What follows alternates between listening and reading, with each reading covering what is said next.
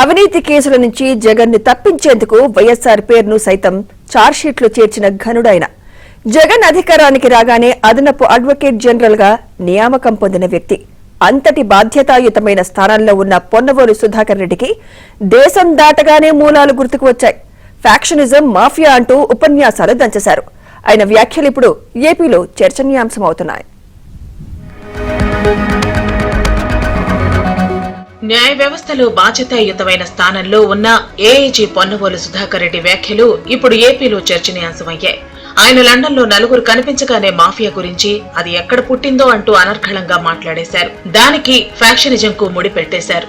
తాను factionist family నుంచే వచ్చానంటూనే కోస్తా ప్రాంతంలోని రాజకీయ నాయకుల గురించి నీచంగా మాట్లాడారు. ఫ్యాక్షనిస్ట్ నేతలు వారిని నమ్మిన వారి కోసం ప్రాణాలు ఇస్తే, కోస్తా ప్రాంత నేతలు మాత్రం ఫోన్ హ్యాండిల్ ను ఆఫ్ చేసి పోలీసులతో మాట్లాడుతున్నట్టు నటిస్తారని తానే స్వయంగా నటించి చూపించారు. అంటే కోస్తా ప్రాంత నేతలు నమ్మి వచ్చిన తమ ప్రజలను మోసం చేస్తారనే విధంగా ఆయన వ్యాఖ్యానించడం ఇప్పుడు ఆ ప్రాంత నాయకుల్లోనూ చర్చకు దారితీసింది.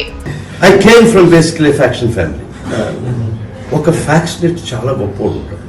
ఎందుకంటే వాళ్ళ కార్యకర్త కోసం, వాడు నమ్మినోడి కోసం ఇటు చచ్చిపోయేదానికి కూడా లీడర్ వస్తాడు. ఫ్యాక్షనిస్ట్ కోస్టల్ ఏరియా ఈ నాయకుల సంగతి. ఇటు ఫోన్ వచ్చిపెట్టి మా వాడు వస్తాడు, ఇది ఒక ల్యాండ్ ఫోన్ వచ్చిపెట్టి మా వాడు వస్తున్నాడు, ఎస్ఐని తిట్టా ఉంటాడు, దబాయిస్తుంటాడు, ఏడు వచ్చి మెట్టు మాట్లాడుతుంటాడు. వాళ్ళు కాదు. అదనపు అడ్వకేట్ జనరల్ గా ఉన్నత స్థానంలో ఉన్న పొన్నవోలు మాఫియా అనే పదం ఇటలీ సమీపంలోని సిసిలీలో పుట్టిందని వ్యాఖ్యానించడం చర్చకు దారితీసింది. అటు ఫ్యాక్షనిస్టు అనేవాడు వాడి ప్రజల కోసం తప్పిస్తాడన్న ఆయన నిజంగా జగనన్న మారిపోయాడని అక్కడి వారితో వ్యాఖ్యానించారు. ఆయన మారకుండా ఉంటే ఈ నా కొడుకులను కొట్టడానికి 3 రోజులు చాలు అని వ్యాఖ్యానించారు.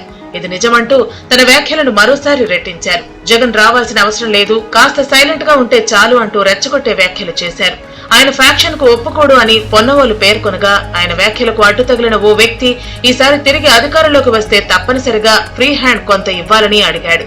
దానిని తక్షణం ఖండించాల్సిన పొన్నవోలు ఆ పని చేయకపోగా 2019లో ఎన్నికలు అయ్యాక 6 నెలలు, సంవత్సరం పాటు ప్రత్యర్థులు భయపడ్డారని వ్యాఖ్యానించారు. అయితే తామేమీ చేయలేదంటూ చెప్పటం ఇప్పుడు ఏపీ న్యాయ వర్గాల్లోనూ చర్చకు దారితీస్తోంది. జగనన్న పాపం మారిపోయాడయ్యా. నిజంగా జగనన్న ఫ్యాక్షనిస్ట్ గురించి నా కొడుకు 3 రోజులు ఇది నిజం. ఆయన రాబడ్డా గమ్మునుంటే చాలు, ఒప్పుకోడు.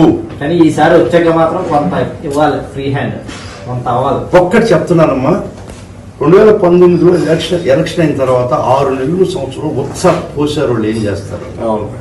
మనం మంచితనం చూసి రిలీజ్ చేయటం లేదంటే ఫ్యాక్షనిస్ట్ ను హీరోగా, కోస్తా ప్రాంత నేతలను జీరోలుగా చేస్తూ పొన్నవోలు విదేశాల్లో చేసిన వ్యాఖ్యల పట్ల సర్వత్రా విమర్శలు వ్యక్తమవుతున్నాయి. బాధ్యత గల స్థానంలో ఉండి ఆయన చేసిన వ్యాఖ్యలను ఎలా సమర్థించుకుంటారో అనే చర్చ ఏపీలో మొదలైంది.